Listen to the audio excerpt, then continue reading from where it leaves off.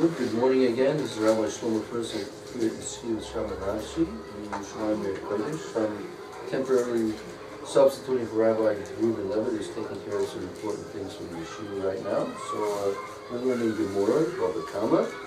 And I guess we should begin. What should we, where should you make a suggestion where to start?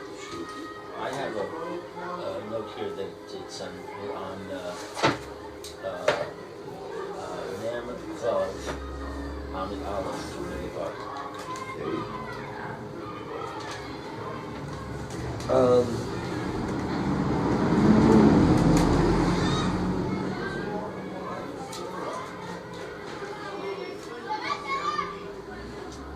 Inami. That's where I think. Yeah. Where do you suggest?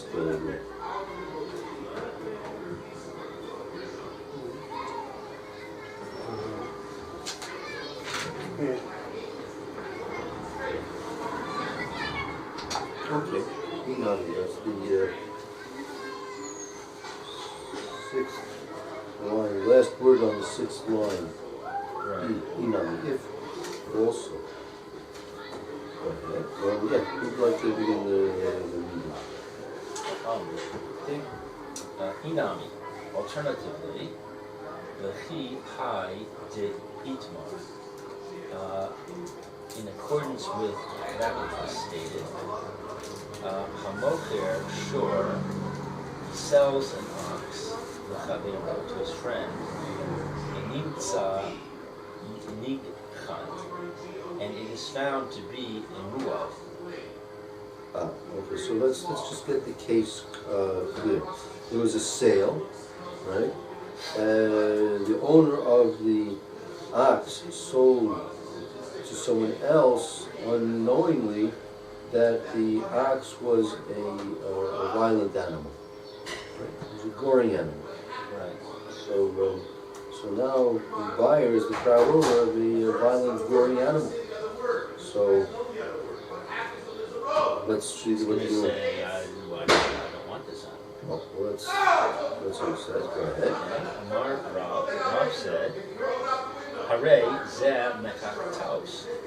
Behold, this is a invalid sale. Like a false, erroneous sale. So Rav is assuming that the purchaser will complain, and he is saying the purchaser's complaint is justified, and the purchaser can give back the ox, and the owner and the seller has to give back the money. Yeah. It's like the person wanting to buy a sheep and he got himself a lion. Right. He wasn't prepared to keep the lion in his house. Right. Or in his backyard. Every time he wants to sit on the patio, he's going to get pounced on. Lion milk isn't kosher. Also. Shmuel Amar, but Shmuel says, Yachol sheyomar lo, he is able to say to him, in other words, the seller is able to say to the purchaser, Lishkita mechartiv lecha. I have lecha, no? Lecha? Okay, good. For slaughtering, I sold it to you. In other words, the seller can say, there's no difference between a tom and a muad if what you're going to do is shech the animal and eat the meat, and therefore there's no reason why you shouldn't accept this sale, because my presumption was that's what you wanted it for. So you have Rav and Shmuel, exactly. Rav says it's an erroneous sale, it's a mekaktos, it's a mistaken sale, and again that means it's nullified, the sale's nullified, and the animal goes back, and the money goes back if the money was transferred, and everyone's happy. Right? Shmuel says no, that the seller can say to the buyer, I sold you a cow for shechting purposes, so it makes no practical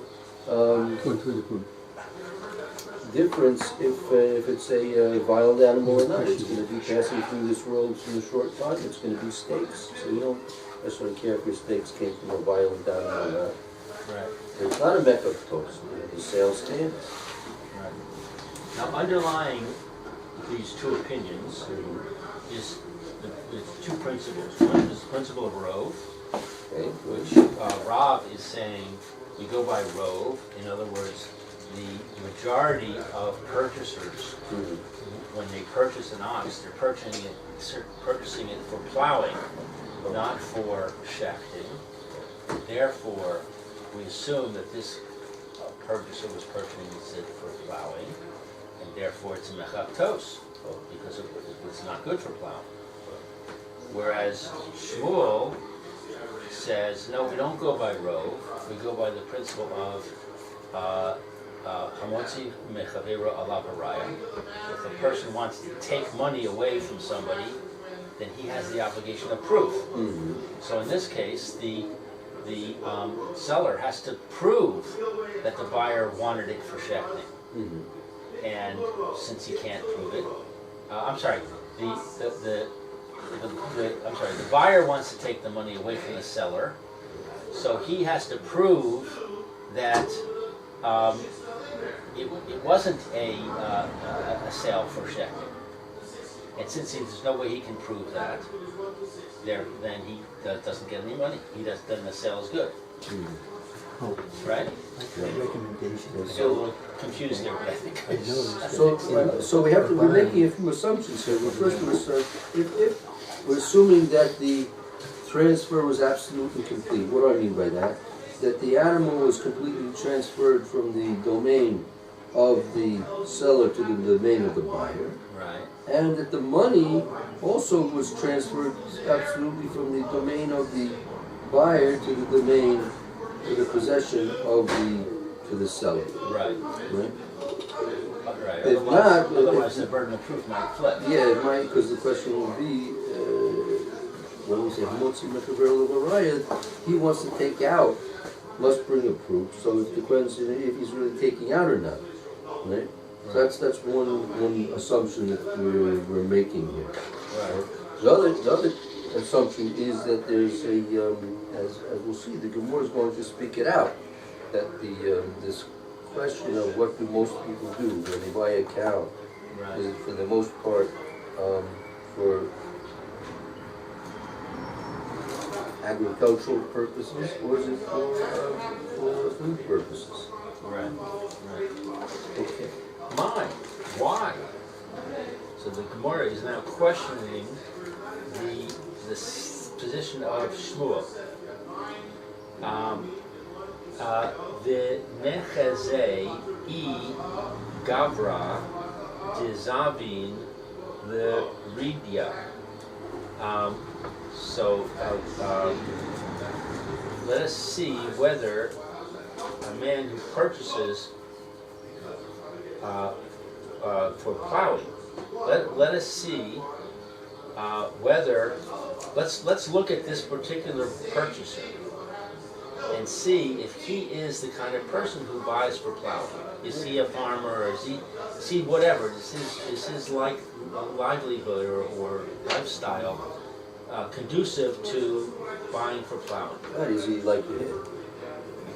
Why do we have to assume that it's a mekaktos, and why do we have to assume that it was for shkita? Let's first of all take a look at the situation.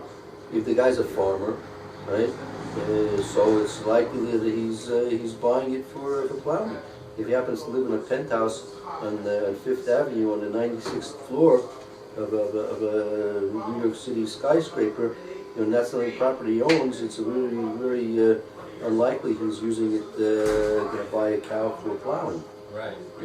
Unless he has a garden on the penthouse rooftop there. Still have to make sure it has a big elevator Very big. in order to get the knocks up there to the roof. I Gavra Dizavin le Rich Satsa, or is he a man who purchases for slaughtering? So if he's a butcher, then we probably would probably say that's a good sale. right? So in other words, let's not rely on presumptions. Let's look and see what's the fact. What's the situation? Right. We don't have to rely on, as you say, a presumption, because again, relying on a presumption is only going to be as good as the truth of the presumption, right? But if you can verify it, right? So let's try and use some criteria to verify what was taking place here, right? Right. And again, like, just even let's put it like this. Let's say the buyer was a butcher, right?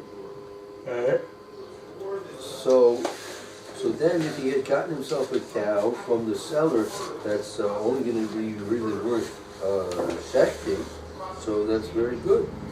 But the seller doesn't necessarily know that, right? The seller doesn't necessarily know that he's a butcher. Does that matter? That's really the question I'm raising. What will be the Mekka Post? When you look at the concept of Mekka Post, it's an erroneous sale, right? So, who is? I'm not sure you really want to use the expression's fault, but whose mistake is it over here? Mekka Post. Post literally means a mistake, a mistaken sale. Mistaken sale. Why is it a mistaken sale? Because we started off talking about that this guy received himself a violent animal, right? The very term mistaken means that someone was selling or someone was buying under false pretenses. Was it the buy that was where's the falsity? The falsity is in the buying or in the selling? Could be. Well,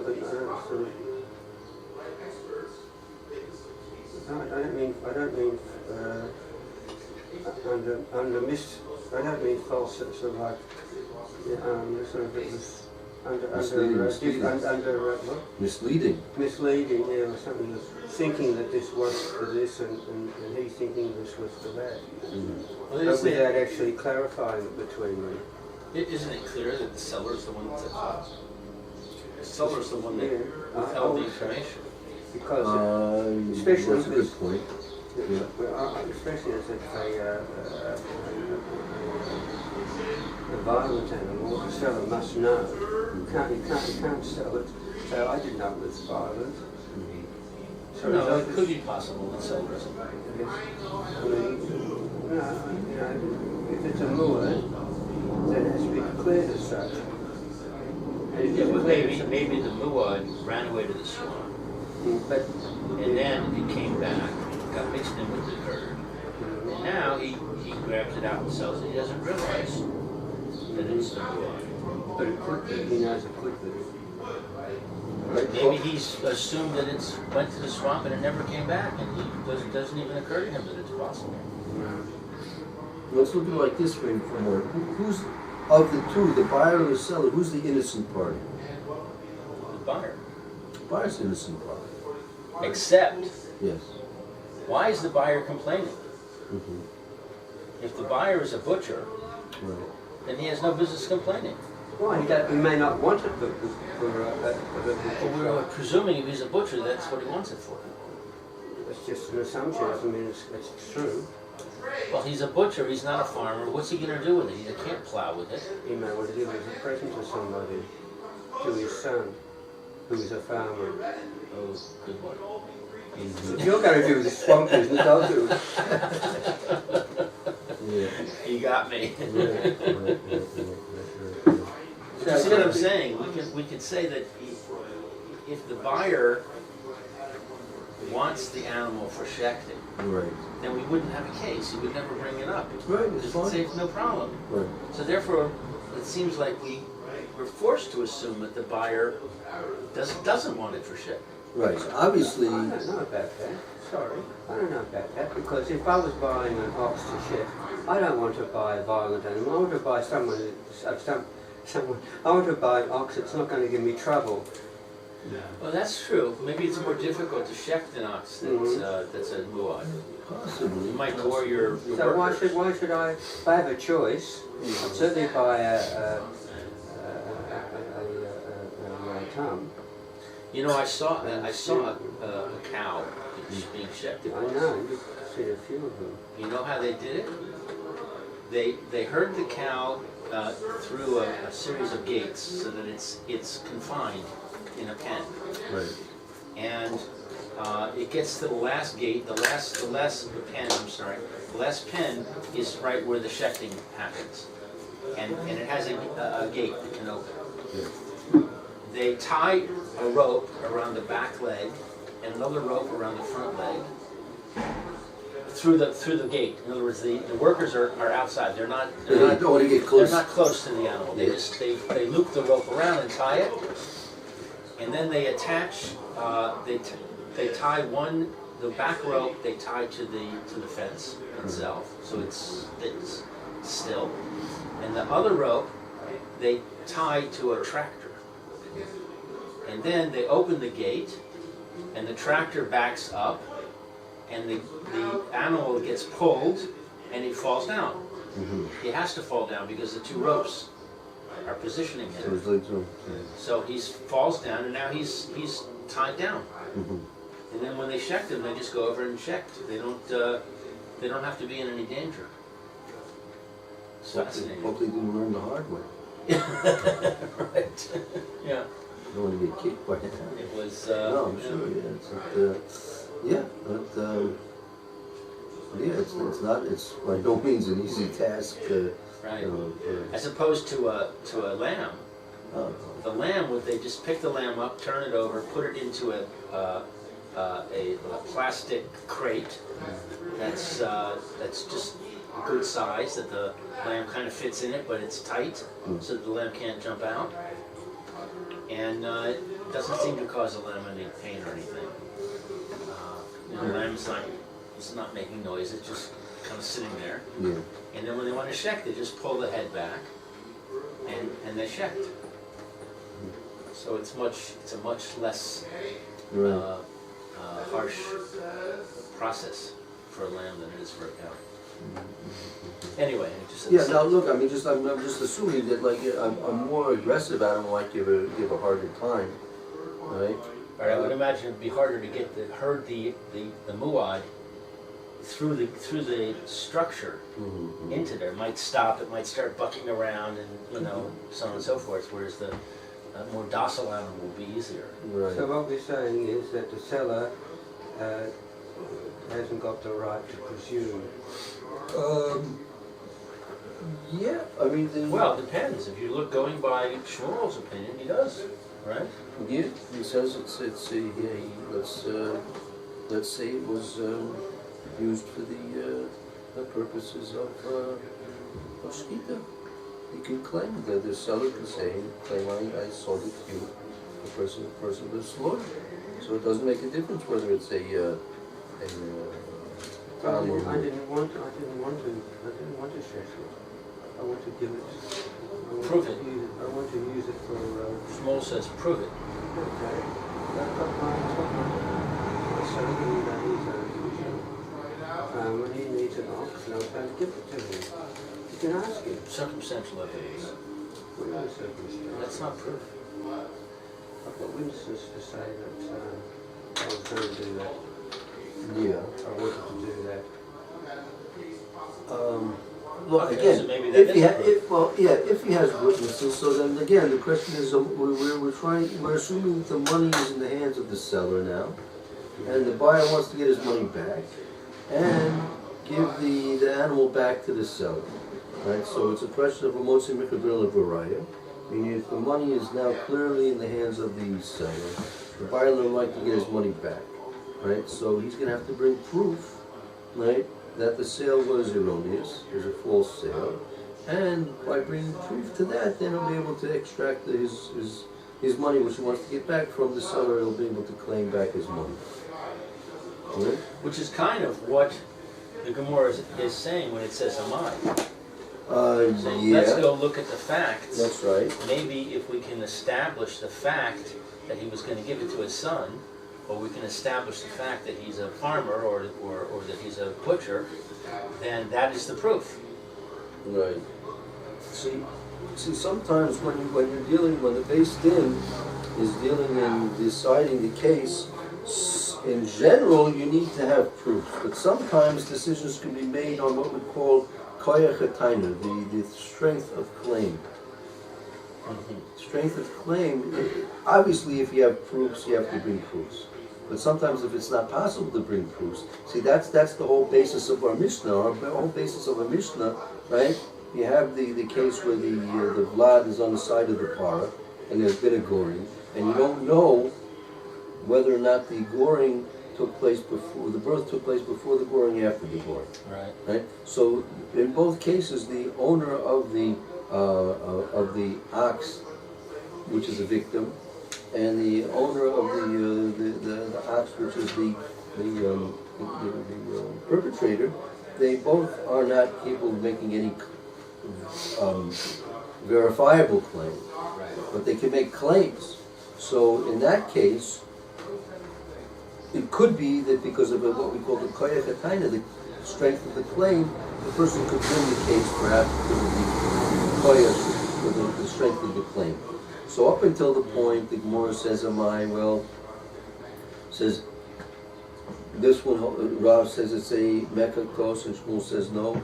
He can claim Yokul Oimer. He can claim. Shmuel saying he has a claim that can be made here, right?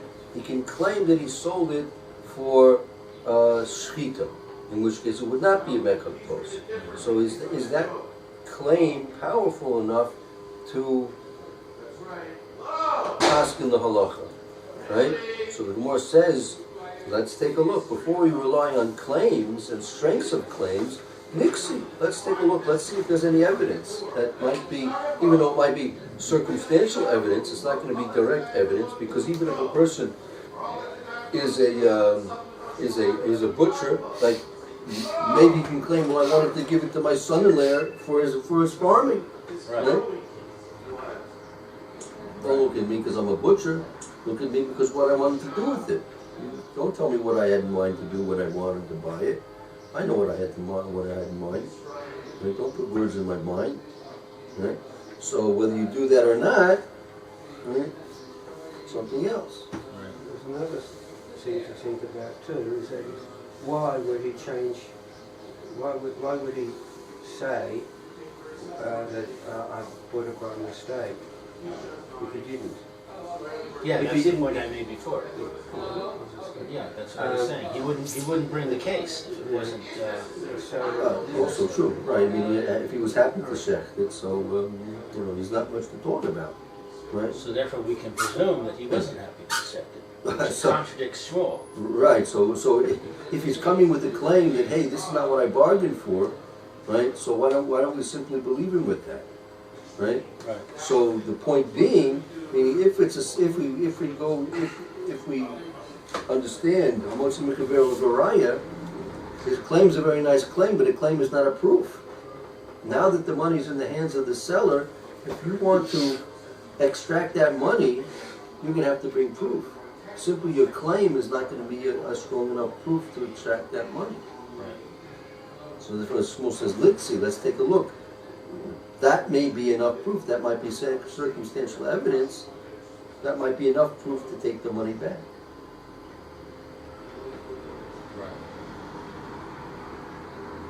Okay. Roger? Yeah.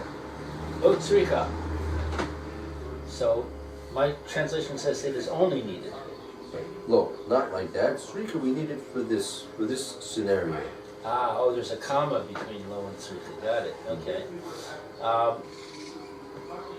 B'gavra de zavin lecha ulecha. With a man who purchases for this and for that. Right. Oh, in other words, he's purchased for, he can buy for either. He may be a butcher, he's a butcher and also a farmer. Right. He checks the animals that he manages on his farm. Yeah, that's right. So the question is still now, what did he have in mind when he wanted to buy this particular animal? Right. So in other words, the Gemora is, or Shmuel is agreeing that if you had this kind of solid evidence that the man was a butcher or the man was a farmer exclusively, then we would not have a case. We would go with the evidence. But if the evidence is ambiguous, then we're back to the point of Shmuel, which is that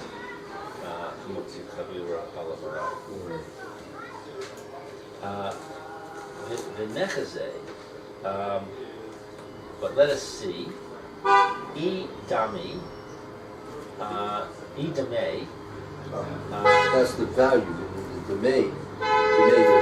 sale price. Right. If the price, Ridya, is for plowing, the Ridya, then you sold it for plowing. Right. So the basic premise here is that there's a difference in sales price between an animal which is sold for plowing as an animal which is sold for shechting, for slaughter. Right. So the basic difference between the two. So even if we have this ambivalence about what he bought it for, nevertheless we can use the price to tell us what it was sold for. Exactly, let the price be an indication of what it was sold for. Idame nich sasa le nich sasa. And if the price was for slaughtering, then it was for slaughtering. Lo, tzricha. No, it's still needed. De okir bisra v'kaye bidamei ridya. That de okir, that it became expensive. Right. Okir biyisra. Bisra, that's from basra, that's short as basra. So, it's expensive for the meat. The price of meat went up. V'koye demei rivya, and it was equal to, or it stood at the price of plowing. Right. So we're saying basically that would be a very good indication. The sales price would be a very good indication under normal circumstances as to whether or not the animal was sold for slaughter or for agricultural work. However, we're talking about a case where the price of meat went up so high that it was now equal to the price of plowing. In which case you lost your ability to tell what the price was. Indicator. So we've narrowed down the case of Shmuel. That's right. To a case where we have no way of independently determining the desire of the purchaser. Correct. Amre, they said,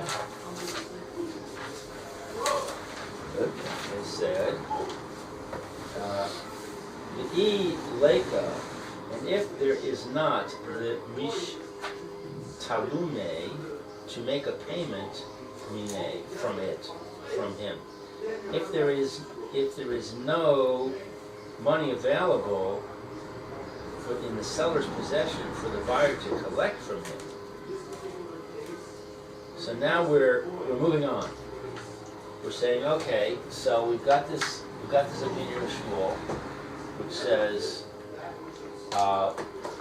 he has to bring a proof, and we have the opinion of Rav that says it's an invalid sale. So I guess we're going according to Rav now. We're saying, let's say it's according to Rav, it's an invalid sale, which means the seller has to give back the money, but he doesn't have the money.